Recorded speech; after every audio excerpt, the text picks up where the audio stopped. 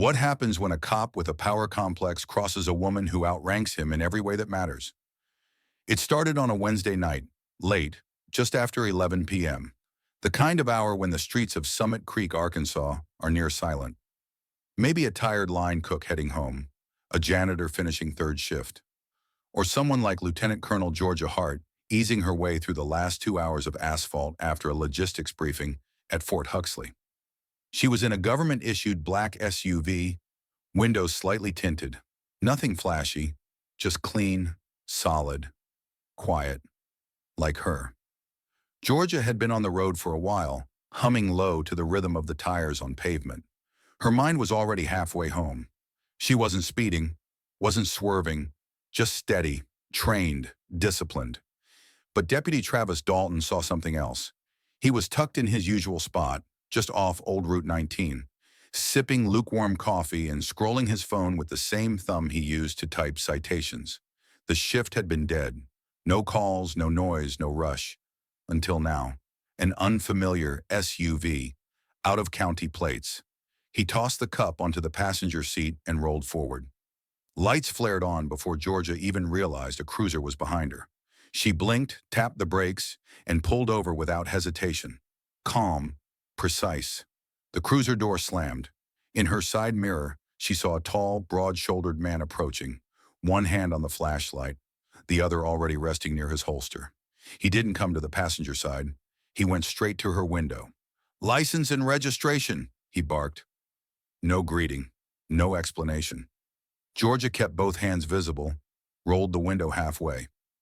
"Officer, may I ask why I'm being stopped?" Dalton squinted, shining the light directly into her face. "You were drifting lanes. Didn't signal. Looked like you might be impaired." She raised an eyebrow. "I wasn't." "License and registration," he repeated, louder this time. No argument. Georgia moved slowly, deliberately. She reached into the glove box, pulled out the documents, and handed them over. "That's a government vehicle. I'm a federal employee," she added. Dalton glanced at the ID. His lips curled slightly. "You military?" "Yes." Smirk. "Doesn't mean you're above the law." "I never said I was." His tone sharpened. "Step out of the vehicle." Georgia blinked. "Excuse me?" "I said step out of the car. I'm conducting a sobriety check." Her jaw flexed, but her voice stayed even. "On what grounds?" "I've complied. I haven't been drinking." Dalton took a step closer. "You refusing a lawful order?" She didn't move. "I'm asking for clarification." That didn't sit well. He reached across and opened her door himself. "Out of the car. Now." That's when she quietly, calmly tapped her phone and hit record. "Just so we're clear," she said, "this interaction is being documented." Dalton's eyes flicked to the phone. A pause, a sliver of hesitation, but not retreat, not yet. "Out of the car." Georgia stepped out, back straight, not defiant, just firm. She didn't yell, didn't resist. But even in civilian clothes, there was something unmistakable in the way she carried herself. Dalton looked at her, really looked, and for the first time a small voice in the back of his mind asked, "What am I dealing with here?" But his ego was louder. He ran her through the field test under the cold glow of a streetlight. "Walk a straight line. Touch your nose, count backward." She passed, flawlessly. No slurring, no sway, no hesitation. Still, he handed her a citation. "Failure to maintain lane." She took the ticket. No words, just a long, steady look. Then she drove off, into the dark. Dalton had no idea. That piece of paper was about to return, inside a courtroom, and change everything. Deputy Travis Dalton had worn the badge for 15 years, long enough to believe it made him untouchable. He'd seen it all, standoffs, crashes, drug busts. People listened when he spoke. They didn't question, and if they did, they learned not to do it twice. That night after the stop, he returned to the station like it was nothing. Logged the citation, failure to maintain lane, possible impairment, no arrest, dropped the body cam into its dock. Routine, forgettable. 2 days passed. He never looked back. In the break room, he laughed it off. "Pulled over some Fed," he said, grabbing a soda from the machine. Tried flashing her badge like that meant something. Officer Ray Dobbins looked up from his sandwich. She was military? Dalton shrugged. So she claimed. Government plates, attitude for days. What was her name? Dalton popped the tab on his drink. Hart. Georgia Hart. Silence. Dobbins sat up straighter. You mean Colonel Hart? From Fort Huxley? Dalton paused mid-sip. You know her. She gave a briefing at the academy last year. Bronze Star. Multiple tours. She runs logistics for half the southern region. She's the real deal. Dalton scoffed, but something in Dobbins' tone stuck. It wasn't fear. It was respect. The kind Travis wasn't used to hearing from fellow uniforms. I don't care who she is, he muttered. Out there, I'm the law. But the words didn't land the same. Back at Fort Huxley, Georgia Hart was moving. No press, no noise, just actions. The complaint was filed, with JAG and the Inspector General. The footage submitted. No embellishment, just facts. Dalton didn't know. He was still out there pulling over teens, lecturing locals like nothing had changed. But then the envelope arrived. Plain, Manila. Typed label. Jefferson County Civil Court. He ripped it open in the parking lot, expecting paperwork. It wasn't. It was a formal notice to appear. Plaintiff, Lieutenant Colonel Georgia Hart. Charges, civil rights violation, unlawful detainment, abuse of authority. Dalton stood frozen, blinking at the page. He didn't know it yet, but that quiet stop on a dark Arkansas road was about to unravel everything he thought he controlled. Lieutenant Colonel Georgia Hart wasn't the kind of person to make noise over every little injustice. Not after 22 years in uniform. Not after 2 deployments overseas. Not after close calls that would have made lesser people fold. But this time was different, because this wasn't just about her. This was about every young soldier she'd mentored. Every civilian she'd seen treated like they didn't matter. Every woman, especially every black woman, who had been forced to swallow her pride just to keep the peace, to survive the moment. And she wasn't doing that anymore. Back at Fort Huxley, Georgia sat in her office the next morning, eyes locked on her screen. She hadn't slept. Not from rage, though she felt it, but from something deeper. The tape kept replaying in her head. The way he talked to her like she was nothing. The hand hovering over the holster. The way he tried to provoke her, bait her, get her to react. But she hadn't, because she knew the script. She knew how fast things could go wrong, even with a camera rolling. Her aide, Master Sergeant Carl Kinney, stepped into the room. You all right, ma'am? Georgia looked up, calm, focused. Number, but I'm handling it. He stepped in and shut the door behind him. I saw the footage. You want me to loop in base legal? Already done. He hesitated. You sure you want to go public? She leaned back. I'm not looking for headlines. I'm looking for accountability. And she meant it. Her rank wasn't something stitched onto her shoulders. It was earned, through decisions that changed lives, through leading convoys under enemy fire, through coordinating aid after natural disasters, through showing up over and over again for her country and her people. But none of that had mattered when she got pulled over on a dark road outside Summit Creek. To Deputy Travis Dalton, she was just another uncooperative driver, another woman who didn't move fast enough. And the part that haunted her wasn't how he treated her. It was how comfortable he'd been doing it. So she made a few calls, first to JAG, then to the Inspector General's office. She filed the complaint, attached the video, didn't exaggerate, didn't embellish, just facts, documented truth. Let the tape speak. By week's end, word was already making quiet rounds in military legal circles. Dalton didn't know it. He still strutted through traffic stops like nothing had changed, still barked orders, still believed the rules bent for him. But that belief cracked.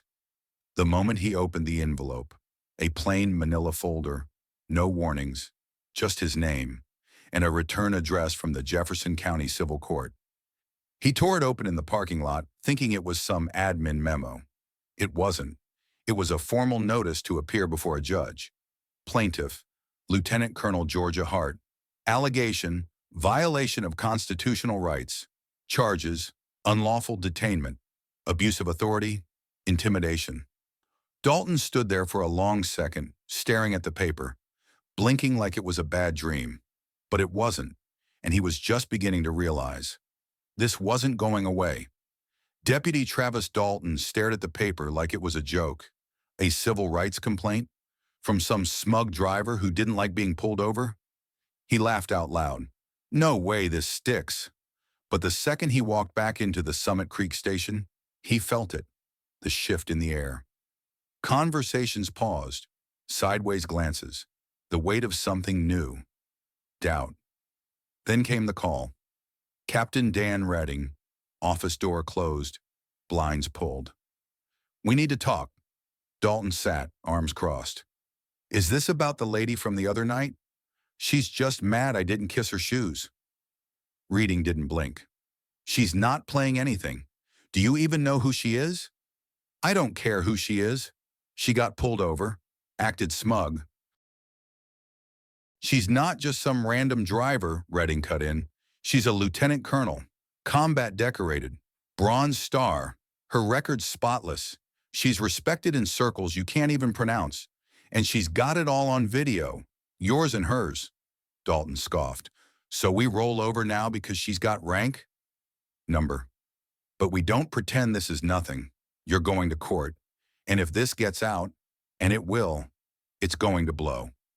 Still, Dalton held on to his arrogance. I didn't arrest her. I didn't touch her. I followed procedure. Reading leaned in. You escalated. You treated her like a suspect before you even knew who she was. For once, Dalton had no comeback. The trial was set for 3 weeks out, and by then whispers had spread. In the locker room, at the coffee machine. No one said it to his face, but he felt it. He wasn't the untouchable anymore. He was bleeding, and everyone could smell it. Back at Fort Huxley, Georgia Hart prepared her own way. Not with press, not with noise. She met quietly with her legal team, reviewed every second of footage, laid out her statement piece by piece. Her lawyer, Marcia Bell, looked across the table. You sure you want to do this? It's public. It'll follow you. Georgia nodded. Good. Let it. Most people would have let it go. I've let too much go already, she said. This isn't just about me. When court day arrived, she didn't sneak in. She walked through the doors in full service uniform. Ribbons, medals, rank glinting under the lights. She wasn't just making a statement. She was the statement.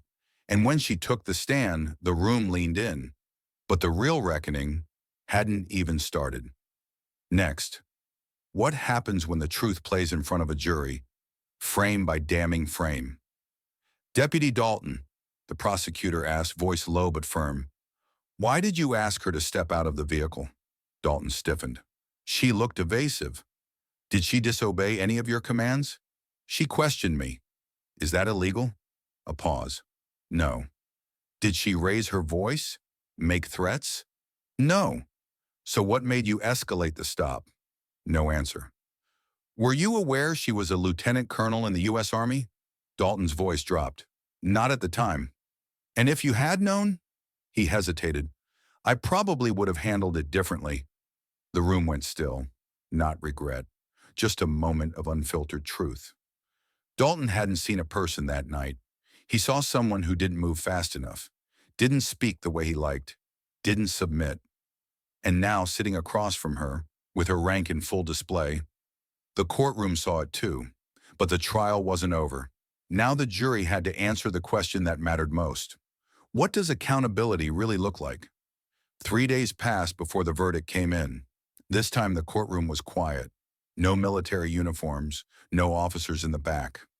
Just Georgia Hart, her lawyer, and a few silent observers who had followed the case out of principle. Dalton sat stone-faced, but his jaw clenched slightly.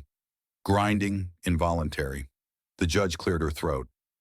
In the matter of Hart versus Dalton, she said, the jury finds in favor of the plaintiff.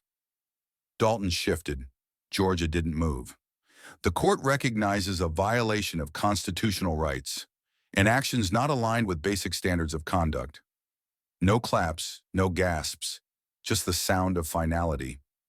Dalton's lawyer whispered, "We'll appeal." But even he didn't sound convinced.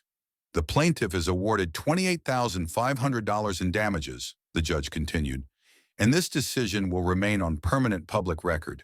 This ruling will also be forwarded to the Department of Justice and reviewed internally by the Summit Creek Sheriff's Office. Georgia didn't smile, didn't gloat. She just nodded once, to herself, quietly. Outside, Dalton stood on the steps as a few local reporters approached. He didn't speak, just covered his face with a folder and walked to his car. Inside, Georgia opened her phone. A message lit the screen. Verdict in your favor. Case closed. Her lawyer looked over. You could have asked for more. Georgia shook her head. It was never about the money. Think it'll change anything? She paused. I don't know, but maybe next time he pulls someone over, he'll think twice. And that was enough to start.